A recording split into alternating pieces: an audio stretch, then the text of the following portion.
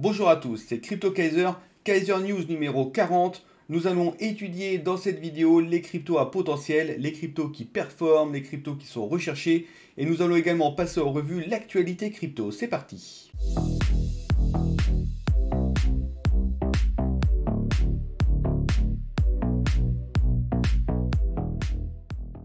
« 40 Kaiser News les amis, ça fait 40 Kaiser News que j'enregistre pour vous depuis la mi-janvier. Vous avez aujourd'hui plus de 13 000 cryptos qui existent. Et plutôt que d'investir un petit peu au doigt mouillé ou en écoutant n'importe quel influenceur qui va vous dire d'investir dans cette crypto parce que lui gagne de l'argent derrière, ici vous avez des analyses qui sont factuelles. Vous savez, en suivant ces émissions quotidiennement, quels sont les cryptos un petit peu qui reviennent souvent, quels sont les cryptos qui sont le plus recherchés. Vous avez une meilleure vision des cryptos, vous comprenez en plus ce que fait chaque crypto. Et donc si jamais vous décidez d'investir dans des cryptos, vous savez exactement dans quelle crypto investir. Et vous savez pourquoi vous investissez dedans. Et c'est ça la grande différence. Et c'est pour ça que ces émissions existent en fait. Alors ces émissions ne sont pas un conseil en investissement. Ça c'est très important également à signaler. C'est une aide à la décision. C'est-à-dire que vous avez des analyses qui sont factuelles, faites sur plus de 13 000 cryptos. Ça vous ressort un panel de cryptos. Et à partir de là, vous faites vos propres recherches et vous faites votre propre choix. Mais en tout cas, au moins, vous avez une base qui a été triée et éradiquer de pas mal de cryptos qui peuvent être soit des scams, soit des cryptos qui pump and dump, etc. Alors évidemment, le risque zéro n'existe pas. Et investir dans les cryptos, c'est très risqué. Ça, on vous le dit, on vous le redit, donc surtout, vous mettez que ce que vous pouvez perdre. Et enfin, dernier point, pour faire ces émissions, j'ai vraiment besoin de vous, j'ai besoin de votre engagement, c'est ultra important.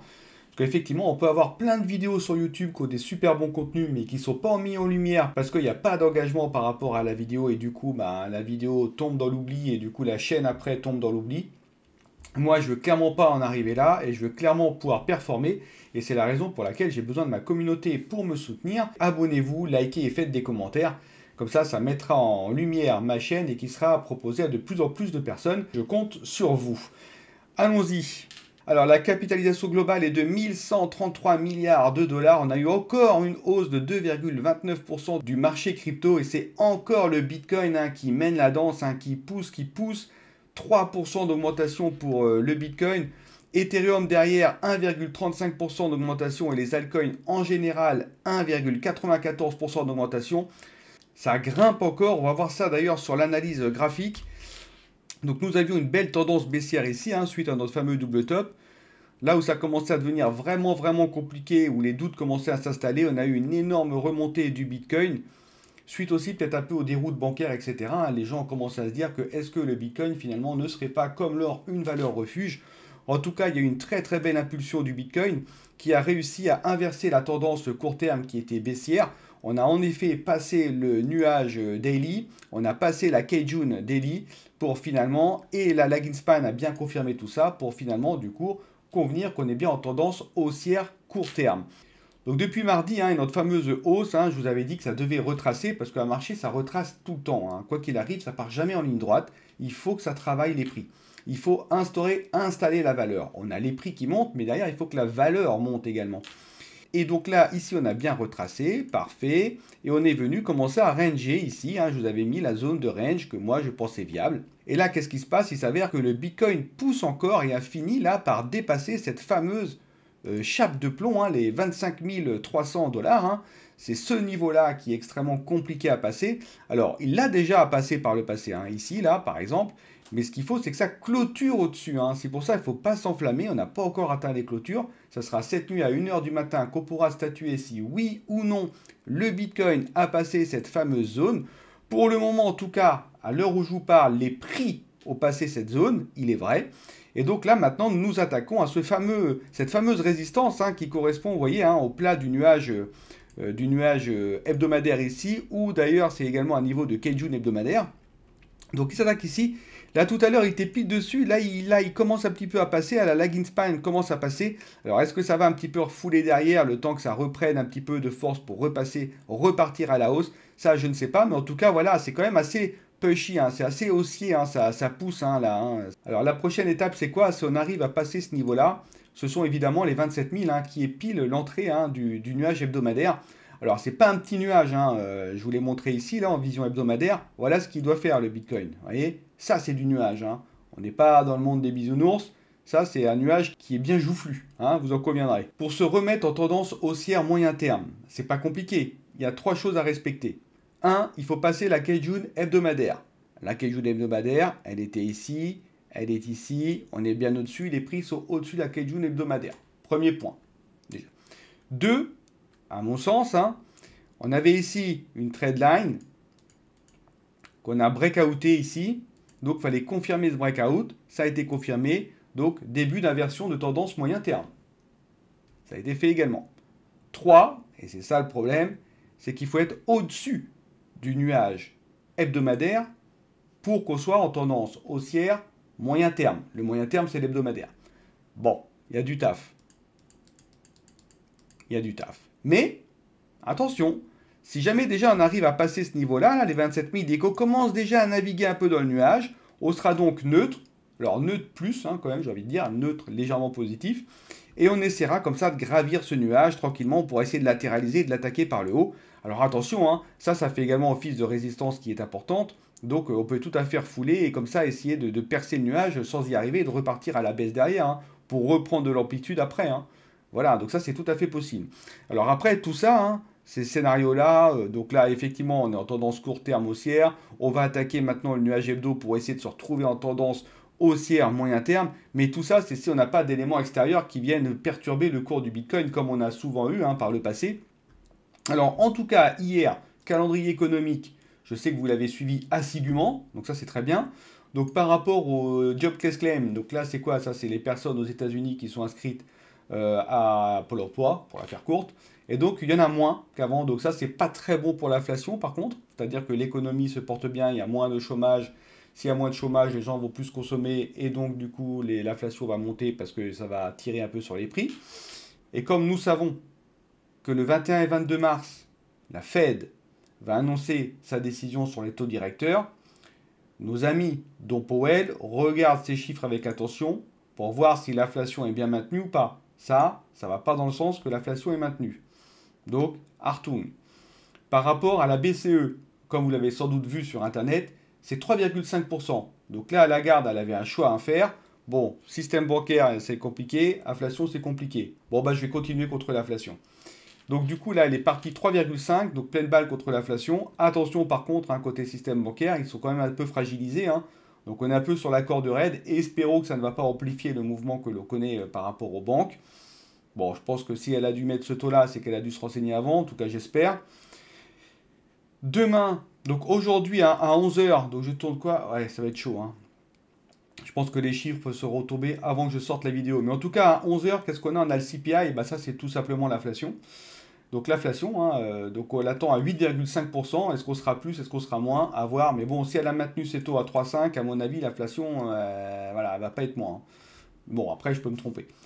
Derrière, qu'est-ce qu'on a? On a la... Et puis derrière, donc on a la Fed. Hein, ça, c'est le 21 et le 22 mars. Alors, donc par rapport à ces 3,5, pour en revenir et terminer, le marché l'a à peu près bien pris. Hein, apparemment, c'est ce qui avait été pricé. Et du coup, ça n'a pas entamé du tout l'ascension de nos cryptos, notamment du Bitcoin. Parce que c'est surtout lui, hein, qui fait l'ascension. Hein. Les autres sont un peu en retrait, hein, pour le moment. Espérons d'ailleurs que les altcoins vont rattraper également la marche. Hein, parce que là, ils sont un petit peu trop en retrait à mon sens. Et donc, ça n'a pas du tout entamé le marché. Par contre, le 21 et 22 mars, là, ça peut faire mal. Parce que la Fed va annoncer son taux directeur. Et comme on sait que les banques aux États-Unis, c'est un peu le bazar en ce moment. Donc ça, ici, 21 et 22 mars, mettez-le en rouge dans votre calendrier d'investisseur. Il peut y avoir une forte volatilité. Ok, c'est bon, j'en ai fini avec le graphique. Je continue avec le Fear and Greed, neutre. 51, neutre. Bon, très bien, neutre. Neutre, plus. Hein, on est 51, c'est pas 50. On a perdu une place. Peut-être à cause justement des annonces du taux directeur à de la BCE. En tout cas, on est revenu sur notre trendline, hein, parfaitement. Linéaire, parfait. Les investisseurs semblent se satisfaire de cette situation. Hein. Le marché évolue convenablement à leurs attentes. Donc, parfait, on continue. On continue avec quoi? Avec le top 15 des cryptos. Analysons un petit peu ce qui se passe. Bah écoutez, il n'y a pas de changement en tout cas au niveau classement. Donc ça c'est bien. Toujours le Litecoin, hein, qui a été expulsé par le Trump. Très bien. 33 cryptos en plus. Ok. 129,54% de volume en BNP en plus. Ça c'est pas anodin. C'est quoi ça? C'est le Launchpad qui va avoir lieu sur Binance, Space ID. Et donc, à cause de ce launchpad-là, les personnes accumulent des BNB pour participer au launchpad. Donc voilà, donc sachez-le, je crois qu'il débute dans 5 ou 6 jours. Launchpad, Binance. Voilà, pour le reste, Ethereum a toujours le vent en poupe, Idostake aussi, le staking, tout ça. L'Ethereum se porte bien, légèrement moins bien que le Bitcoin, hein, au niveau ascension, il grimpe bien, mais c'est un peu en deçà du Bitcoin. Mais voilà, les deux premières là, quand même, elles assurent. De toute façon, 3%, 1%. Voilà, c'est tout ce que j'avais à dire sur le classement. Je vous propose de continuer avec les cryptos, du coup, qui ont le mieux performé. Donc, toujours pareil, hein, pour rappel, Kaiser News V1. Je travaille sur le Kaiser News V2. Bon, ça avance bien, hein. C'est quand même assez complexe, hein, mais bon, ça avance quand même. Donc le Kaiser News V1, c'est quoi? C'est que j'analyse là les cryptos de capitalisation 1001 à 1500 le vendredi. Et puis les autres jours, je fais d'autres capitalisations. Dans le V2, j'analyserai toutes les capitalisations par jour. Donc là, vous aurez vraiment une vision tous les jours exhaustive des cryptos qui évoluent par palier. Vous savez exactement quels sont les cryptos candidates pour vos investissements. On ne pourra pas faire mieux, hein. Enfin, on peut toujours faire mieux, mais en tout cas, ça vous permettra d'avoir une bonne base de travail. Alors, on y va. Cyberswap. Alors, vous allez voir, hein, d'ailleurs, le Arbitrum, c'est la journée d'Arbitrum, hein. C'est d'ailleurs la raison pour laquelle j'ai mis Arbitrum en coin de la semaine, alors que je ne l'ai pas du tout acheté, puisqu'il n'existe pas. Mais je l'ai mis en coin de la semaine, parce que là, c'est vraiment, il y a eu l'annonce de l'airdrop d'Arbitrum, qui aura lieu dans 6 ou 7 jours également. Donc, allez voir si vous êtes éligible, hein. Alors, par rapport donc au coin, donc je fais une triple analyse, hein, côté prix, puis côté volume, puis côté classement. Donc en 1, c'est Cyberswap, qui a pris 90% au niveau du prix, hein, quasiment à x2. Donc ça, c'est index sur Arbitrum. Ensuite, on a Amashi Finance, qui a pris 51%. Pareil, ça plaît bien, hein. Il a pris 154 places. Donc ça, c'est quoi? Ça, c'est une plateforme de financement, en fait, qui va acheter des projets sur Arbitrum en fonction du vote de la communauté. Et donc, ça va mettre en lumière ces projets à travers des amas, etc. Plus le projet prend de la valeur, plus les amis prendra de la valeur. En achetant de l'ami, c'est comme si on achetait un portefeuille de projets Arbitrum censé être prometteur. C'est toute la promesse d'Amashi Finance. 51%. Ensuite, côté volume, 1261% et 5% en plus pour Validity. Validity, ça va offrir des services décentralisés pour améliorer notamment tout ce qui est sécurité et transparence. Donc on a l'identité numérique, on a la signature électronique, on a un système de vote aussi qui est implémenté, alors de vrai vote, hein, enfin un vote à grande échelle, hein, si je veux faire un vote, un référendum, etc., on peut le faire sur Validity. Et tous ces concepts-là, ça évite qu'il y ait justement des faux comptes, des spams, des bots, parce qu'on peut attester de la véracité d'un document. Ensuite, nous avons Polka Bridge, hein, qui a pris 957%, moins 1%. Alors, Polka Bridge, c'est quoi? Alors ça, c'est une application DeFi complète, hein. Nous avons le staking, le farming, l'AMM, des launchpads, et le tout cross-blockchain. Ensuite, on a côté classement, c'est Cyberswap, hein, qui a gagné 287 places, j'en ai parlé juste au-dessus. Et on a Vesta Finance. Alors, Vesta Finance, grosso modo, on va prêter des cryptos qui sont éligibles. Et en retour, nous aurons des VST. Donc ça, c'est un stablecoin qui est surcollatéralisé. En tout cas, voilà, il est supérieur à 1 dollar dans sa collatéralisation. Et après, avec ce stablecoin, vous pouvez faire ce que vous voulez. Donc en tout cas, ça a l'air de plaire, hein, 49% d'augmentation et 571% de volume en plus. Par rapport aux cryptos qui ont le moins bien performé sur la journée d'hier, hein, nous avons Cola. Alors vous savez, c'est cette plateforme un petit peu RH, hein, qui est implantée dans les sociétés, qui permet en fait de mesurer le bien-être et l'attachement d'un collaborateur à sa société. Ça encourage les employés, ça permet l'envoi des messages, ça effectue des sondages, il y a des whiteboards. Bref, cette plateforme-là, elle est faite pour mesurer finalement l'attachement d'un employé à sa société. Et après, il y a des métriques qui ressortent pour les RH pour bien vérifier que l'opinion des collaborateurs envers la société est bonne. Donc il a perdu 14% et Angle qui a perdu 12%. Donc ça, c'est un protocole, hein, qui permet l'émission de stablecoin. Et d'ailleurs, il a émis le stablecoin euro, hein, qui s'appelle AGEUR, qui est lui également surcollatéralisé. Ceux qui ont perdu le plus de volume, on a Observer, 1% de prix au moins. Ça, c'est une société coréenne, hein, qui a pour but d'analyser de façon très précise, hein, le climat de notre planète au moyen de capteurs qui sont dispatchés sur la planète, hein, et ces capteurs peuvent mesurer nombre de métriques, la chaleur, la pression, l'humidité, les particules, l'ozone. Tout ça va permettre d'avoir une cartographie précise des aléas climatiques et des métriques mesurées au niveau du globe. Donc c'est coréen. Et une autre société coréenne d'ailleurs, Cariverse, hein, ça c'est un métaverse avec vente de NFT, etc., qui a perdu 77% de volume et 5% de prix. Ensuite, on a Shift Network. Ça, c'est un protocole qui permet de garantir la conformité et l'identité en permettant le transfert de données vérifiables entre systèmes centralisés et décentralisés. Et pour terminer, nous avons Angle, j'en ai déjà parlé, qui lui a perdu 69 places. Je continue maintenant avec les cryptos qui ont le plus performé sur les 48 dernières heures et les 7 derniers jours, mais sur les 3 composantes à la fois, c'est-à-dire le rang, le prix et le volume. Ça nous permet comme ça de garantir que vraiment la crypto performe. On a Vesta Finance, donc ça j'en ai parlé, c'est le fameux stablecoin surcollatéralisé. D'ailleurs c'est sur Arbitrum, accessoirement. Ensuite nous avons Cola, j'en ai parlé. Ensuite nous avons Ethereum. Alors Ethereum, ça propose un framework couplé, c'est sur Ethereum, pour améliorer la sécurité, c'est-à-dire on a déjà des smart contracts qui sont prêts, alors qui sont évolutifs, on peut les modifier, etc., mais qui possèdent déjà toute la couche de sécurité requise et auditée. Ça évite de repartir depuis le début à chaque fois. Et ça fournit également une DAO à partir d'applications, est-ce qu'elle est on-chain, est-ce qu'elle est réglementée ou pas, etc. Ensuite, nous avons Amashi Finance, ça j'en ai parlé, c'est toujours de l'Arbitrum ici. Et Cyberswap, j'en ai également parlé, ça c'est le DEX sur Arbitrum. Donc on peut voir Arbitrum, Arbitrum, Arbitrum. Donc on voit que Arbitrum est quand même en vedette aujourd'hui. Et sur les coins qui ont le plus performé sur les 7 derniers jours, nous avons toujours Vesta Finance, bravo à lui, 117% de prix en plus, magnifique. Ensuite, on a Polka Bridge, j'en ai parlé, vous savez, c'est le super DEX qui fait farming, staking, launchpad, AMM, etc. Cross-blockchain, ça c'est important, cross-blockchain. Nous avons un même coin ici, le Sanin Inu, un nouveau arrivé celui-ci. Sanin Inu, 1144e, il a pris 87% au niveau du prix, déjà. Ça, quand ça pump, ça pump. D'ailleurs, j'en ai acheté un, je vais vous le montrer tout à l'heure. C'est bien de les repérer, les mêmes coins, quand ils sont dans les 1000, 1200. Comme ça, si jamais ça pump, on sera présent. Ça ne coûte rien de mettre un petit billet dessus, on n'a rien à perdre. Enfin, si, le petit billet, mais bon, ça reste accessoire par rapport à ce qu'on peut gagner. Ensuite, on a Amashi Finance, donc ça, j'en ai déjà parlé, qui est 4e. Et enfin, on a Cola, donc bravo à ces 5 tokens, qui ont une petite capitalisation, mais qui ont bien su performer, en tout cas, qui ont mieux performé que les autres. Je continue maintenant avec les coins qui sont le plus recherchés sur Internet. Donc nous avons JNI. L'objectif de JNI, c'est d'anticiper le cours du Bitcoin. Comment? Un coup d'intelligence artificielle via le Deep Learning.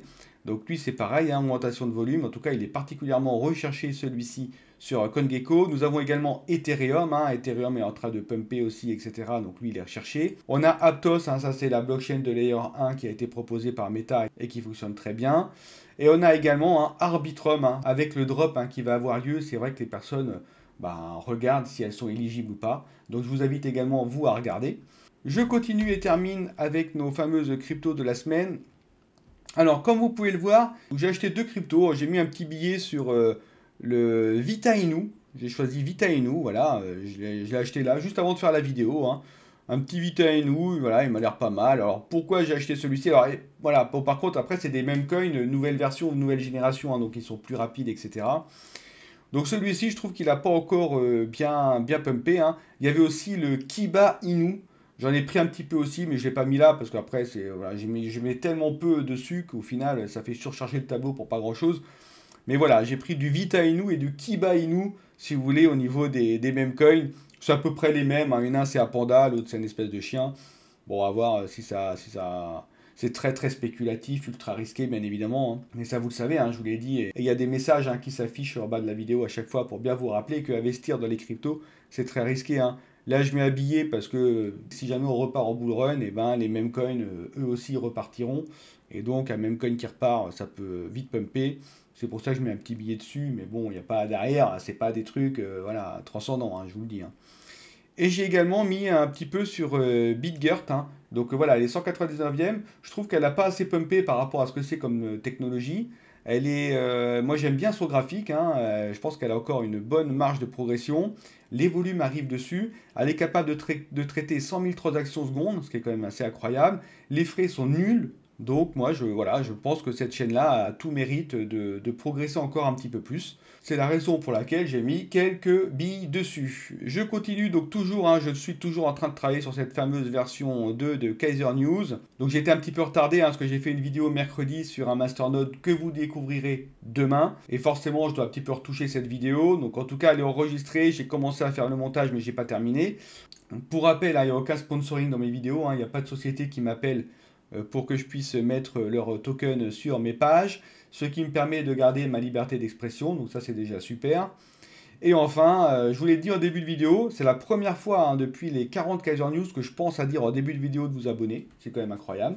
Donc en tout cas, je vous le redis maintenant en fin de vidéo, comme ça vous aurez le début et la fin. Donc n'hésitez pas à vous abonner, à laisser un commentaire et à liker cette vidéo. Sur ces bonnes paroles, je vous souhaite un très bon week-end et je vous dis donc à lundi. Bye bye!